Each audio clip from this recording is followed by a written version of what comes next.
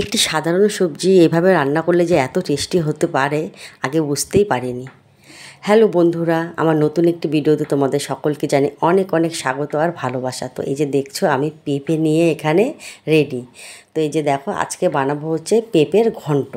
তো এইখানে যে দেখো পেঁপেগুলো কুড়িয়ে নিচ্ছি। তো আমরা তো পেঁপে দিয়ে নানা রকম সবজি রান্না করে থাকি, কারণ পেঁপে হচ্ছে একটি খুব সহজ পাচ্য আর স্বাস্থ্যকর সবজি।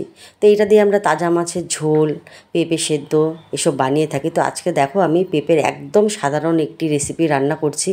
তো পেঁপেটাকে কুড়িয়ে নিয়ে আমি এখানে কালো জিরে, তেজপাতা আর শুকনো লঙ্কা ফোড়ন দিয়ে দিলাম। ফোড়ন দিয়ে দেখো পেঁপে কুড়ানোটা দিয়ে দিয়েছি। আমি কিন্তু পেঁপেটা সেদ্ধ টেদ্ধ কিচ্ছু করিনি। আর এই যে এখানে স্বাদ মতো লবণ, হলুদ আর কাঁচা লঙ্কা দিয়ে নিলাম।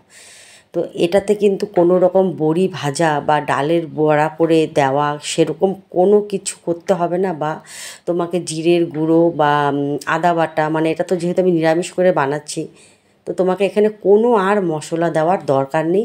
শুধু এভাবে একবার বানিয়ে খেয়ে দেখো, তারপর আমাকে তোমরা জানিও যে হ্যাঁ এটা সত্যি খেতে কীরকম হয়। খেতে কিন্তু এটা সত্যি খুব ভালো হয়, শুধু তেলটা একটু বেশি করে দেবে। তেলটা যখন একদম মজে গিয়ে বেশ বের হয়ে যাবে তখন এটাকে তোমরা নামিয়ে নেবে। একটু ঢেকে ঢেকে রান্না করো, খুবই টেস্টি হয় খেতে আর ভালো লাগে।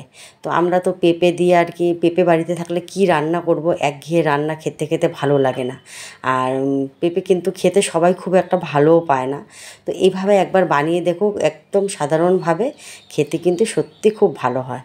তো বন্ধুরা, আমার ভিডিওটা কেমন লাগলো আর রান্নাটা যদি ভালো লাগে তোমাদের, তো অবশ্যই লাইক করে কমেন্ট করে আমাকে জানিও।